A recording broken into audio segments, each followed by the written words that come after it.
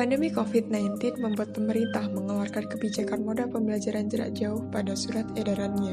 Namun, setelah dikeluarkan kebijakan tersebut, banyak pelajar maupun tenaga pendidik yang merasa kesulitan untuk menggunakan aplikasi atau media virtual dalam pembelajaran karena harus menggunakan lebih dari satu aplikasi. Oleh karena itu, muncul sebuah solusi berupa aplikasi satu ruang yang bernama Elmi. Dengan mengambil metode pengembangan waterfall model dan analisa SWOT dengan mengetahui kebutuhan nyata masyarakat terhadap aplikasi pembelajaran sebagai media belajar mengajar virtual.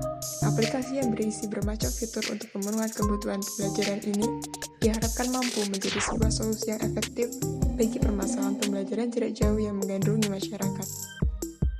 Sebelum kita menggunakan aplikasi, kita harus melakukan sign up terlebih dahulu. Setelah itu, kita dapat melakukan login dengan menggunakan email dan password yang telah terdaftar. Pada tampilan awal, kita akan langsung berada pada home yang memiliki 3 menu.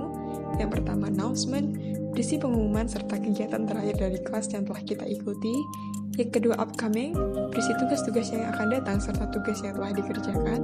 Yang ketiga, completed, berisi tugas-tugas yang telah kita kerjakan. Dengan menekan tombol bar di samping home, kita akan menuju ke sidebar yang berisi berbagai fitur. Di antaranya, profile, merupakan tempat kita mengubah dan menyimpan data diri kita. Messages, merupakan tempat kita berkirim pesan secara personal dengan teman yang telah kita tambahkan. Group, merupakan tempat kita berkirim pesan secara kelompok atau untuk berdiskusi. Course, tempat kita mengatur kelas-kelas yang kita ikuti. Course memiliki 2 menu. Yang pertama, My Course, berisi kelas-kelas yang kita ikuti. Yang kedua, Join Course, merupakan tempat kita mengisi kode untuk bergabung ke suatu kelas. Sebelum kita mengakses suatu materi, kita harus terlebih dahulu melakukan presensi dengan memasukkan nama, nomor urut presensi, serta kode kelas. Setelah itu, kita dapat melakukan akses materi.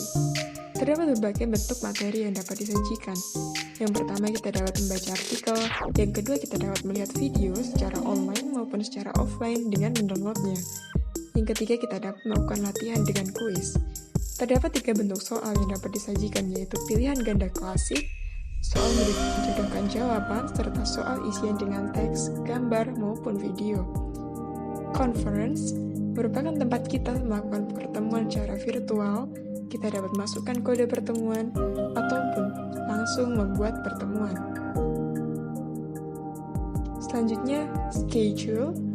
Terdapat 2 menu, yaitu calendar yang berisi tugas-tugas kita yang akan datang yang sudah dikelompokkan berdasarkan tanggal tugas tersebut. Yang kedua, timeline merupakan versi ringkas dari kalender.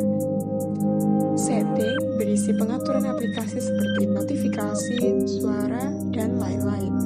Yang terakhir ada fitur lockout, merupakan fitur untuk memutus akses akun